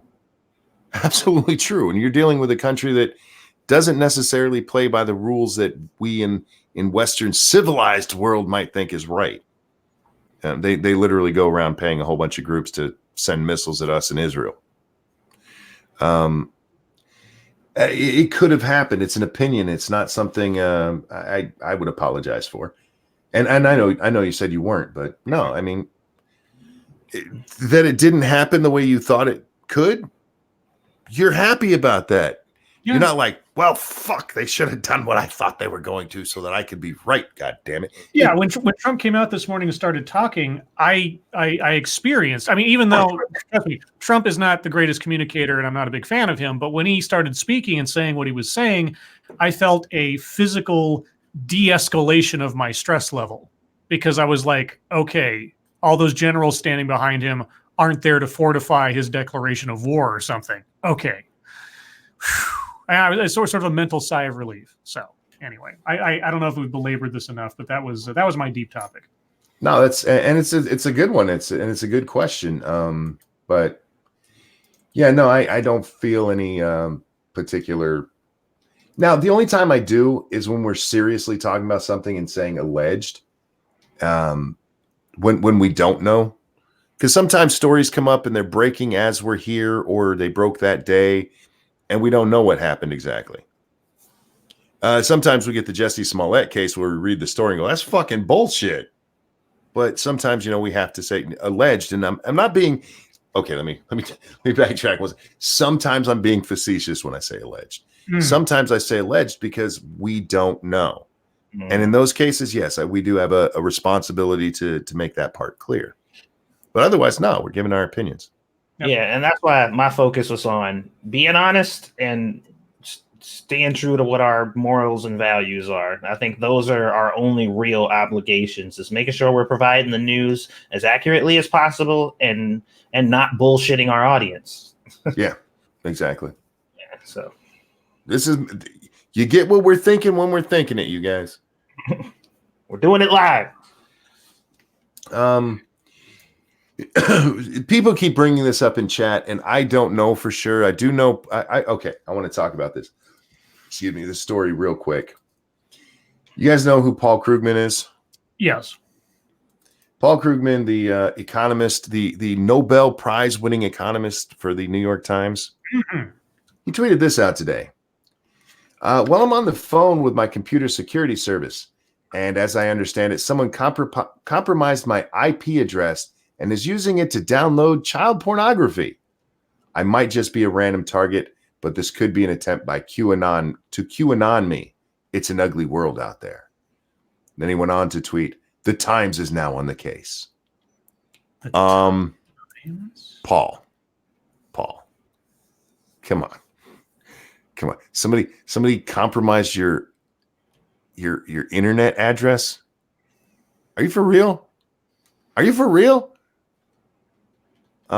have a feeling we might be seeing stories about Mr. Krugman in a while that may not be very what's the word I'm looking for? Flattering. Flattering. Thank you. Are you saying that he could be a Anthony Weiner category of somebody hacked me? Yeah. Oh boy. Allegedly. Yes, allegedly. Okay. Because I don't know. I have never heard of somebody having their IP address hacked. How do you hack? How? Okay, I'm not a computer expert, system expert. Can you sort of clone someone's IP and then somehow attribute it to them or something? I have never heard of it, but maybe. Yeah. Look, I'm not the world's most techie tech, but yeah. Actually, you know what? Paul Krugman is setting himself up to be a spokesperson for NordVPN. Right. Nuts asked who he is. He's an economist for the New York Times. IP masking, I guess, but the way that he's trying to make it sound, and QAnon me, Data Wasteland, like, what are you talking about? No, I think there may have been some incident that led to, oh shit, I need to find a way to do this. There's people saying it's possible, but all right. Now, if you're talking about just masking, only thing you could do is break their Wi-Fi and use their connection. No, we'll see what happens with it. We'll see what happens with it. Because to me, it sounds like bullshit, Paul. Sounds like as much bullshit as your economy stories that I've read, that literally, I hate this man. I hate the fact that he got a Nobel Peace Prize. This is a man who, during Bush's administration, would say, this policy is crap. And then when Obama got elected, the same fucking policy. This is the greatest policy ever. He's a lying douchebag who uses his economist credentials as a political tool. But anyhow, with that, ladies and gentlemen, it is your time. Questions, comments, concerns, please throw them into the chat now. If you have conspiracy theories, remember, we're not allowed to talk about those on YouTube. But we'll do it anyway because we don't care. Monkey, someone would have to know his exact IP address to do this. Yeah. Maybe they hacked into his computer, got his exact IP address, and used it to try to QAnon him with child porn. The fuck is he talking about? Paul, just move to France already. Excuse me. Monkey, will you debate the war topic with Jack Gunsky on his Quiplash stream Tuesdays after Lords of the Night? I feel like Quiplash streams are probably not the spot for a war debate. Right. Backscan asks, do you think Nancy Pelosi is hoping to get a Democrat majority Senate in 2020 so she continue impeachment then and remove Trump during his second term? I mean, theoretically, that could be it. But going a whole year holding this from the Senate, would fucking destroy her party in the election, and she'd have to know that unless she's a complete fucking moron. Just saying. Yeah, I do not think it is a realistic thing for her to hold on to that shit for a year. I don't think anybody's going to give a shit after that point. Reno says Krugman has been claiming the USDA is about to collapse every week since 1992. You're not wrong. Cody Fry, thank you so much. Of course, the bat left ranting Monkey's house alive. It was a bat versus a cripple. Look, that bat left my house alive. That is fact. That is not. I'm not lying about that. He was absolutely alive. I'm not saying he was in the best condition. Where we at? Oh shit, already chat time. Time goes too fast. This has been a good one. Sometimes it drags, but that deep topic was a fun one. I actually got involved in that one. Sometimes it's like, I don't have anything to say, which, by the way, guys, does happen. Believe it or not, it does happen. But that one, you're like, I got stuff to say on that. I think sometimes we're looked at in ways that you shouldn't look at us, guys. We're just three guys sitting behind a microphone. Well, speak for yourself. I'm You're not actually a painting. Oh, fair enough. Yeah. I mean, I present myself as I am. You know, I don't. There's no facade there. I am a living painting. A Carrick living says, paint drinks Dr. Pepper. That's right. I'm made of goldfish and Dr. Pepper. That's right. Oh, did you see the story of the guy who put a gun to his son's head for drinking the last Dr. Pepper? No, that guy's an American hero. I'm kidding. I'm kidding. I'm kidding. Kidding. I didn't read the story. I just saw they'd done it on Ghost Poo. Oh, sorry, my AAA. God. Oh, Oh, yeah, well. they've done it on AAA. Yeah. Any idiot could leave their Wi-Fi unprotected and have people try to take advantage of the network to hide what they're doing. It's likely not targeted and provable with investigation. Yeah. Paul, here's what you do, Paul. It's really easy. Turn over all your electronic devices right now to the police. Right now. Don't do anything else with them. Yeah, and you can reset your IP address fairly easily, can't you? Depends on your network. Yeah. If Iraq provokes us again, should Trump respond by airdropping bacon? Yes. Airdropping bacon would be the nicest thing we could do in that instance. There are a couple of possibilities, either compromising his network or requiring exact knowledge of his IP.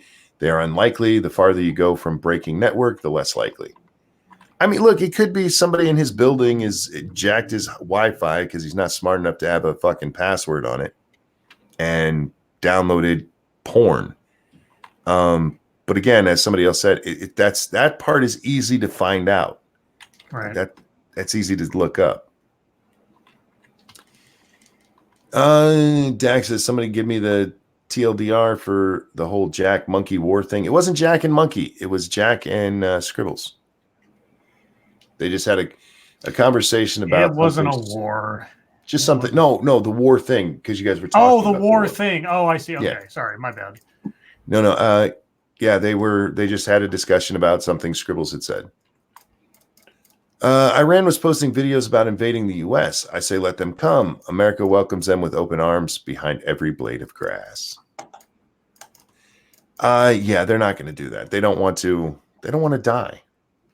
They want to be able to. They want to do what Iran and fucking North Korea have been doing for decades. They want to beat their chest and get money from us. Yep. Is Scribe aware that is Scribe Light aware this parachute infantryman knows he is cool and a solid guy? Oh, gosh. He is now. Oh, that was Assassin of the Gray, so you know. I can't take a compliment, but I'll take that one. Thank you. Jedi Ghost Bear asks, Lords, do you think she'll hold on to articles of impeachment until after Super Tuesday? It'll give something to rally the left base going into the convention. No. If she does, she's an idiot, because look, the focus of Nancy Pelosi and all the Democratic Party the focus should be find their candidate, get behind their candidate, push their candidate as hard and as fast as they can to try to beat Trump. Anything they do elsewise to keep Trump's name in the headlines or keep the focus on Trump or to divert the conversation away from whatever the campaign message is of the candidate on their side is damaging to their chances of beating Trump. So I don't understand. I certainly wouldn't understand the logic of holding until after Super Tuesday, but then I don't even understand the logic of holding it to this point either. So, yeah. Can they just be like, yeah, it's too late. We don't want it. Like, is that a thing? You can decide not to deliver them and that just hold it there. She's not required to. As far as I know. I know there's no timeline for it, but yeah, if she, I like I say, I don't understand the logic of having sat on them. I mean, hell, a week, let alone what is it now, a month and a half or something? Yeah. So she should have delivered him the next day. Yeah. If she was serious about it, if she actually believed in it, but I don't know. If she keeps holding out, because no matter what you think about the different parties, the various different branches of government do want their powers that they have. And right now, she's pissing off senators including Democrat senators who were like, just fucking do it. Yeah. Because that's what she should be doing. Anyway, and that's just going to get worse the longer she holds it. Evolved Potato says, just because he was bleeding and had a broken neck. Oh, it says next. Okay. Just because he was bleeding and had a broken neck doesn't mean he wasn't alive, right? Look, I don't know what all damages he had, but I flicked him out of my house and he was on the porch. And the next morning when I woke up, he wasn't on the porch anymore. I don't know what happened to him. Didn't the bat get run over after leaving your house? No, not that I'm aware of. We did have a bat that died in our driveway one time. I don't know exactly how that happened, but that was years before. Where are we at here? That's the same one. Do you think Fraggle Rock is better than Sesame Street? No. It's a little more exciting than Sesame Street, but not better. Sesame Street was awesome. Besides, Sesame Street has puppets with junky moms now, man. It's awesome. Right. Shit done got real over on Sesame Street. Yeah, that's a depressing street these days, man. I saw that what was the word I was about to say? What's the shit when white people move into neighborhoods and make it better? Why am I forgetting? Gentrification. Yeah, that's what I was about to on fucking Sesame Street. How long do you think it will take for humanity to advance both technologically and biologically to become cyborg pod people? Advance, you say? Yeah. To be honest, without the restrictions put on like scientists and shit like that, we probably would have gotten there a long time ago. Remember, just because you can doesn't mean you should. Any good losing your virginity stories? Oh, God, no. Mine was horrible. We actually just stopped. I was a virgin. She was a virgin. And, we got it in there and everything. And we're going. And it was just okay. And so we just stopped and we went and watched a movie. Over on the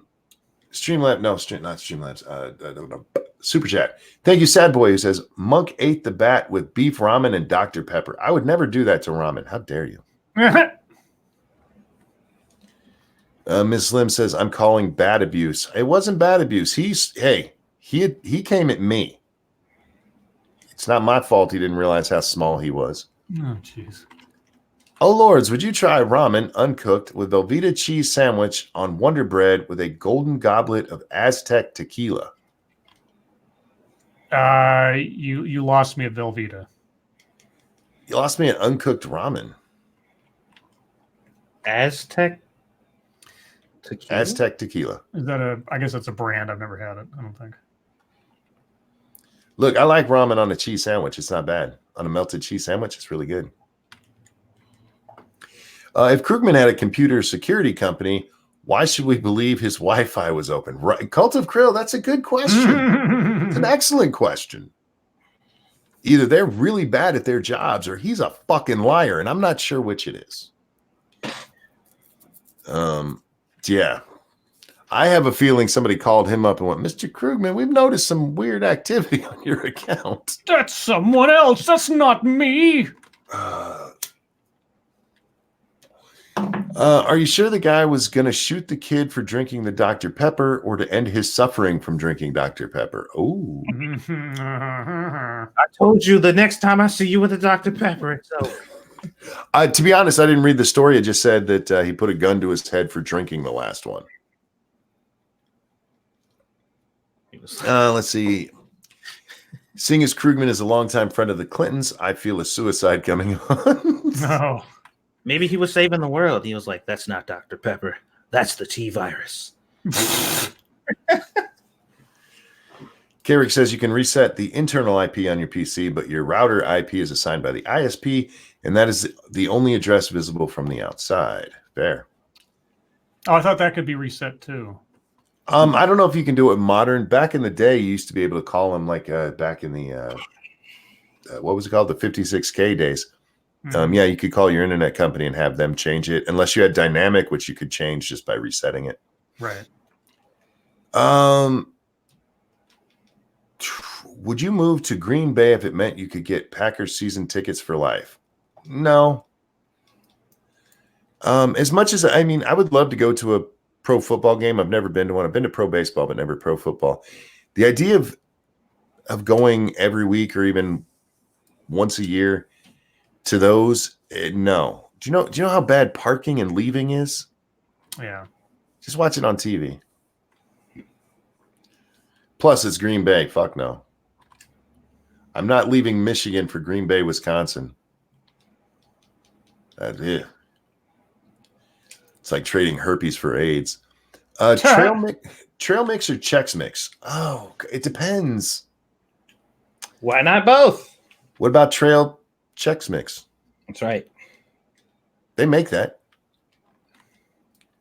Where do you take the compliments, Scribe? To heart. There you go. Well played. Where are we at? I'm going to try and detail this. What aspects are the keys to a highly enjoyable game, and what kind of bugs are acceptable in a highly enjoyable game? Oh, that's a good question. Gentlemen? What was the first part again? Yeah. What are the aspects, or what aspects are key to a highly enjoyable game? Hang on. Ranting Monkey just donated $6 to say, hang on, I got to get over to my Streamlabs because that's going to fall off before I can read it. Ranting Monkey, thank you so much. Who says, Fraggle Rock is better. I'm sorry I was wrong. I'm Monkey and I approve this message. No backspeeds. Nice. I feel like that's whoever you are, Ranting Monkey, you have a good name. So what aspects make a good game? Highly enjoyable game. There's quite a few that can make a good game. But I think for me, a good progression system is usually what draws me in. Like a reward system that rewards you often and makes you feel like you've actually gained something. Because ain't nothing worse than a game that has like this crazy robust system where you can level up and there's all this shit, but none of it feels like you're moving at all. Like it's like all this progress and nothing has changed from when you first started playing. Those games infuriate me. But a game with a good steady progression that makes you feel like you are making progress, even if you're just doing like the same content, for example. I like that. I like those are the games that kind of draw me in. Real quick, Cody Fry, thank you so much. He says, why do you insist on conflating Squotus 2020 with Scrotus 2020? Because they sound similar enough. Stop turning her into a scrotum. Stop it. Bad. Go sit in the corner. But thank you for the donation. Scrotus was the son of Immortan Joe in Fury Road. So you want that guy to be president? I don't want that name, any of that stuff around me. Yeah, okay. It's Squeetus for president if that's how you want to do it. Sorry. Yeah, no, I was just going to say, Scribbles, do you have an opinion on the game thing? If we're talking specifically about video games? Yeah.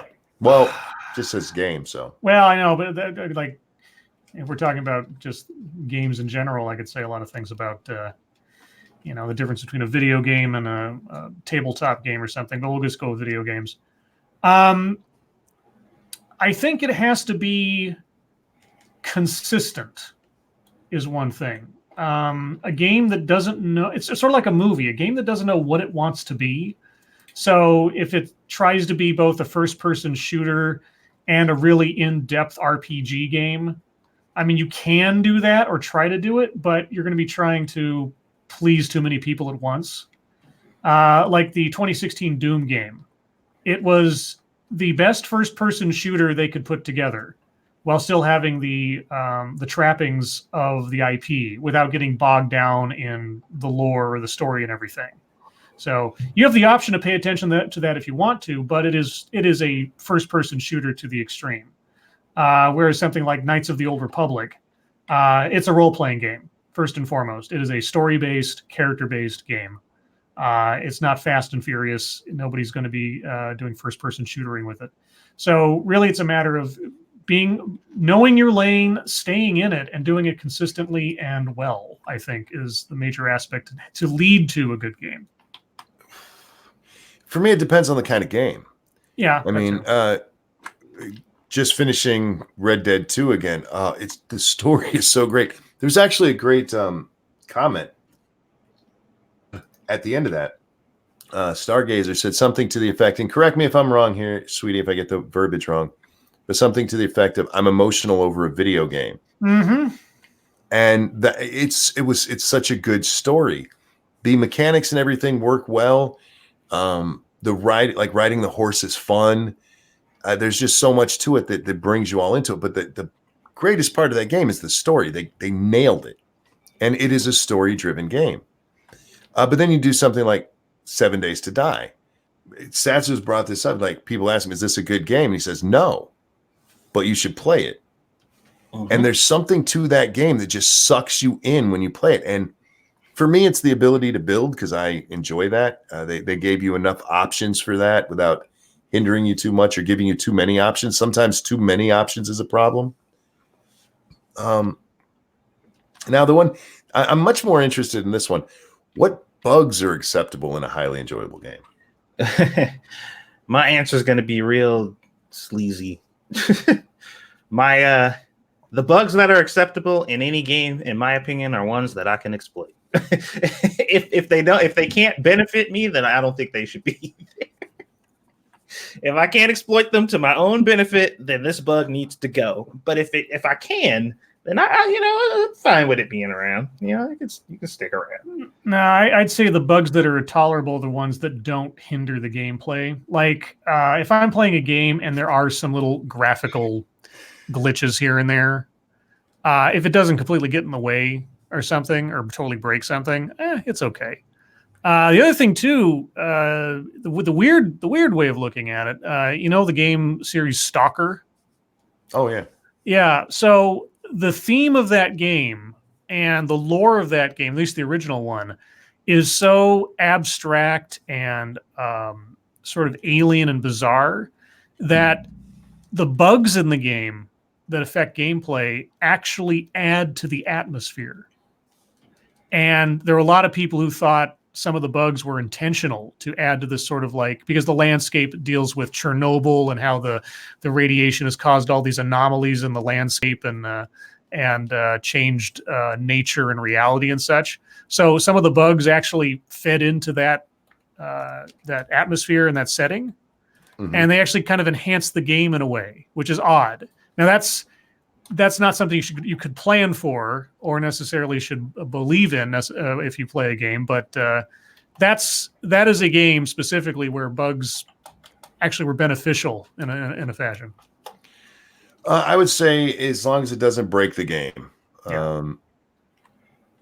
I can put up with a lot of shit as long as the mechanics basically work.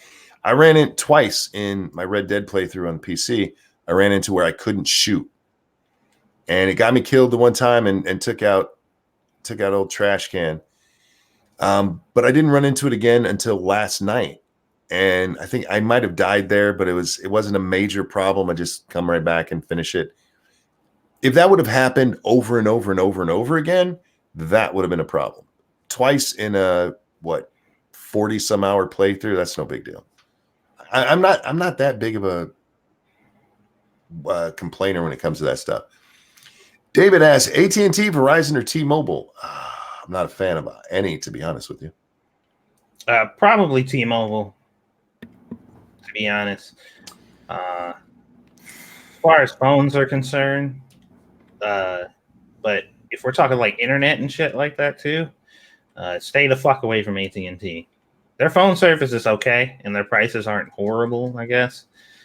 But T-Mobile's the most flexible, so that's probably the one I would end up going with overall. I'm not enough of a connoisseur to have an opinion, honestly. Frosty says, Monkey, do you think bats fear you like humans do Hillary Clinton? I'm not mean to bats. So do you have a history of bats mysteriously dying on your property? Look. There's no mystery, guys. There's no mystery.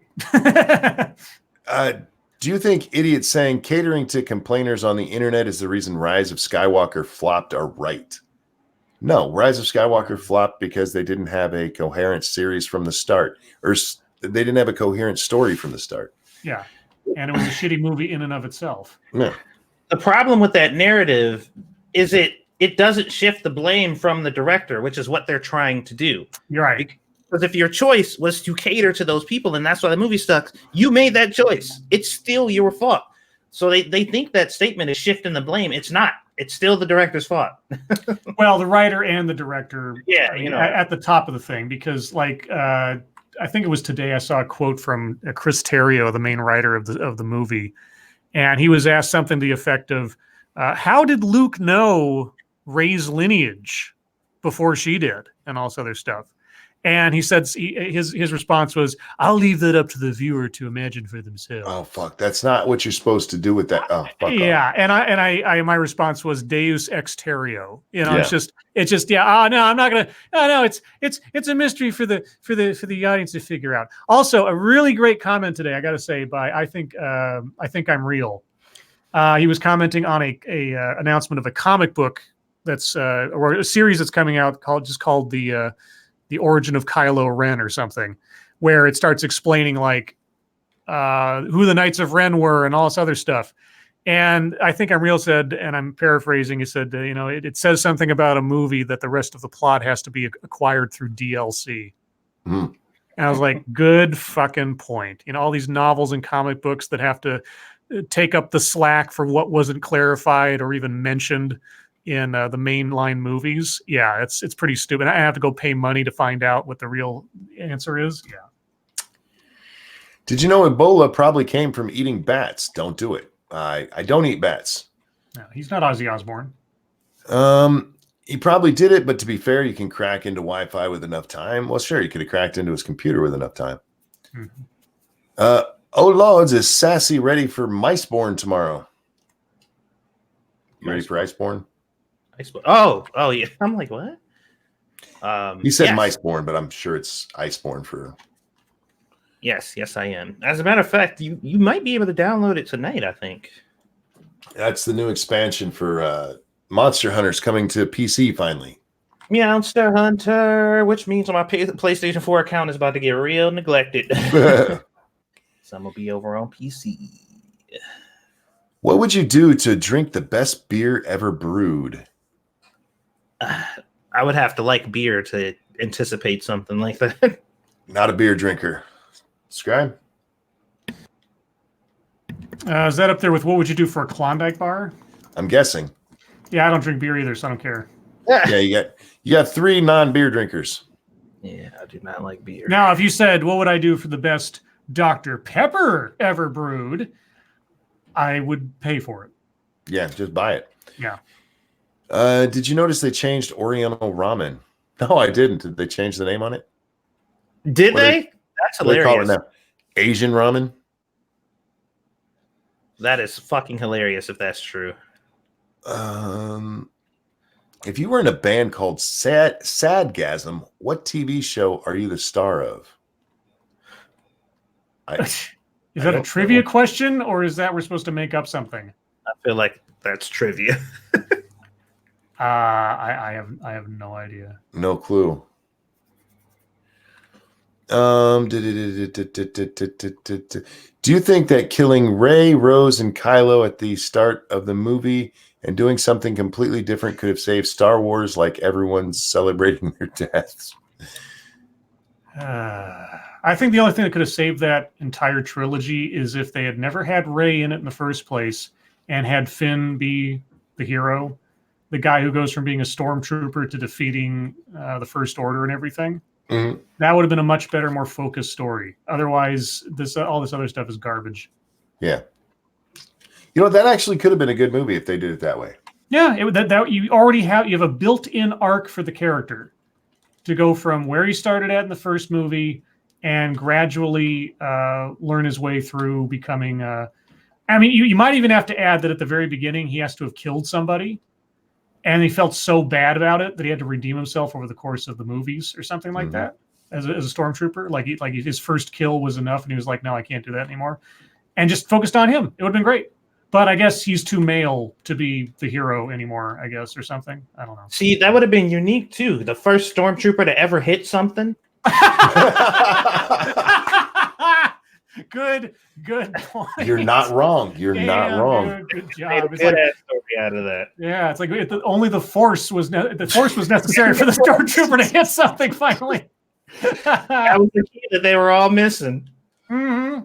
And in regards to the story last night, watching Red Dead, Stargazer said, "Yep, it made me sad." Yeah, it's a sad story. I mean, it's about his redemption though, and how he gets it, and that's the interesting part. But yeah, when he leans down and whispers "thank you," I didn't cry, but I might have missed it up a little bit. I might have missed it up. Ladies and gentlemen, it is 11 o'clock, and that is the end of our show. But don't despair. Tomorrow, we'll be back 9 p.m. Eastern Time over on Satsu 2 Cents for more Lords of the Night. You can also catch me in just a few minutes over on Ranting Monkey Games, playing some more Red Dead. We're going to be going through the epilogue tonight.